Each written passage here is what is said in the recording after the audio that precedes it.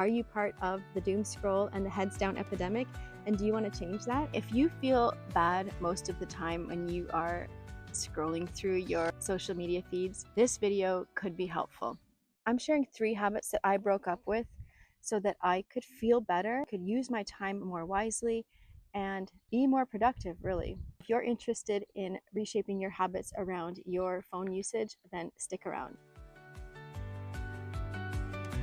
We're connected all the time, which means we are giving more of our precious time and attention to external sources and less time to your precious intuition and introspection. It's time to set a new habit. It's time to bring conscious awareness to this. Let's go. Recently, I've heard from 3 different people how social media is affecting them as adults and in their work. So I thought it was worth sharing. I thought these things I've done as well myself, and so perhaps this message could be helpful to someone else like you. I heard Alex Hormozy say to enhance his productivity, and he's a productive guy. During his work hours, he leaves his phone in another room. And not only that, he has removed apps that take his attention and don't add value. Alex is focused on participating in activities that drive his results forwards. My new friend Michelle here on YouTube has mentioned how she too has noticed herself distracted by the multitude of ways we can be distracted with our phones. And Michelle admitted that she turned off all notifications so she stops getting those little pings that would constantly pull her away from important tasks or being present on her amazing adventures. I don't have any text going ding, ding, ding, or I don't have that on my emails or anything. They're all turned off, so I only check them when I want to. Daniel Priestley is the 3rd guy I heard speak about this, and the impact is quite large. Social media truly is an addictive habit. I heard Daniel talk about the scroll. The average person scrolls the height of the Eiffel Tower in a month on Reels. Wow. So if we were to take a reel, the height of a screen, and we just stack it on top of each other, most people are scrolling a full Eiffel Tower in under a month. So that tells you everything you need to know. Being aware of the distracted qualities of the smartphone and also of the addictive nature of social media, bringing this to our awareness is helpful because then we can begin to change it. And so that's what I hope to do with this video here, is to just highlight it, bring it to the forefront of your mind. And if you're wanting to, again, get better results, feel better within yourself, that perhaps reducing is the best thing to increasing your own personal liveliness and productivity. It's incredible. We truly are in a heads down epidemic. I'm always astounded by the amount of people that I see around me. Either when I'm out walking my dog, they have their earbuds in. People are always connected. They are engaged in listening to something in their vehicles.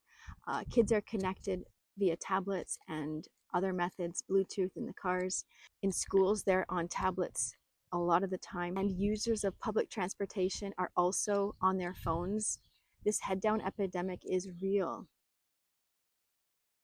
Chin up, eyes up, and start to notice where you can reduce your phone usage so that you live better. The consistent reliance on your phone reduces your attention to things that really matter. It takes away your ability to focus. All of the pings, notifications, colors, bright sounds within the media itself, it's all meant to keep you addicted and keep you glued to that technology. It even impacts your eyesight as you are viewing unnatural colors more frequently and a quicker pace that take away from healthy vision.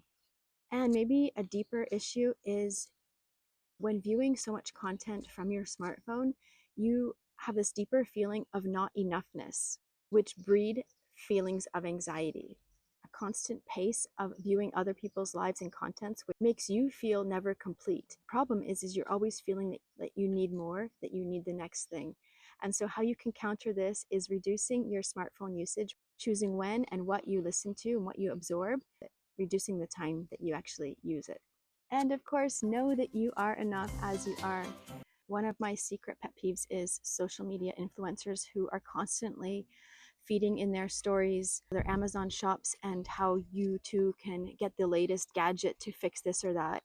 And it really bothers me because not only is it overconsumption and, buying things that you don't need, and thus not only hurting your financial situation, filling up your home with non-essential items, but also it's creating this notion that what you have and who you are is not enough. And if you have the next thing, then you're better off, which is not necessarily true.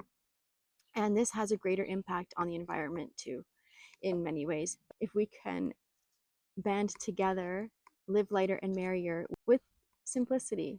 Be aware of what you're absorbing and be in control. You can always choose. I hope you stay here though. Subscribe if you haven't. I share content that helps you live lighter and merrier. Transform your life for the better from the inside out. At any moment, at any time, you can redefine the habits that you have with your phone and with your social media accounts. And now is a great time to start. As promised, some strategies that I personally use to control my phone usage. I have deleted certain apps from my phone, such as Facebook and Messenger, because I wasn't productive using those apps. And so now I have to log in from my computer. I still have my account. I just have to go through an extra couple steps to actually access the platform, which I'm happy to do. And I do it now, like once a week, I'll go in and check other people's pages and check my own account. So I find that this really helps control and reduce, and I'm not just opening and clicking and scrolling mindlessly. So that really is helpful. Like my friend Michelle, whose channel on YouTube is Freedom Over Fancy, by the way, I have also turned off notifications on my phone except to get messages from important people in my life. But I find that turning off those notifications, again, I am in control and I will choose when I want to check in with the platforms that I'm still active with and better manage my time, and I feel better about it. I am using social media. Social media is not using me. Third tip that I am using is, I've kind of alluded to it already, but establishing timeframes in which I do check my social media and other apps on my smartphone. I'm setting the boundaries for the best use of my time and dedicating chunks of my day to responding and to creating and sharing on social media and in other apps. Smartphones are great, of course, and social media is also great. It's allowing me to do this. So I'm not saying to, cut it out completely, but what I am saying is to be in control.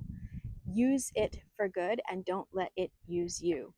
Be proactive and set the boundaries that you feel are appropriate for you in your situation and for your personal needs. Excessive use of your smartphone and social media platforms can do more harm in the long run than good if you're not really intentional about it. So now is a great time, here and now, right after this video, check in with your phone. What apps can you delete that are not super essential for your business and your personal life? What notifications can you turn off, and which ones do you need to maintain to have great communication with important people in your network? And start to notice where you want to set boundaries insofar as responding to messages and producing content. I'm glad that I became aware of this now, because I feel like there's a point, this is the point here in which I have changed and I am in control. And this is not only adding to my personal wellness, my confidence, I feel lighter and merrier because I'm more intentional about what I'm doing, but also I'm not feeding into this culture of doom scroll and the head down epidemic. I feel like even with my son, that I am able now to teach him healthy practices so that he doesn't get caught up in a destructive cycle as well. So let your usage be intentional, let it be meaningful, and of course, let it be helpful. I hope this video was helpful to you and that you come away inspired to review your practices around your mobile phone usage and your participation in platforms. Leave your top tip for phone usage management in the comments below. For me, less screen time and more green and playtime. Healthier relationships all around.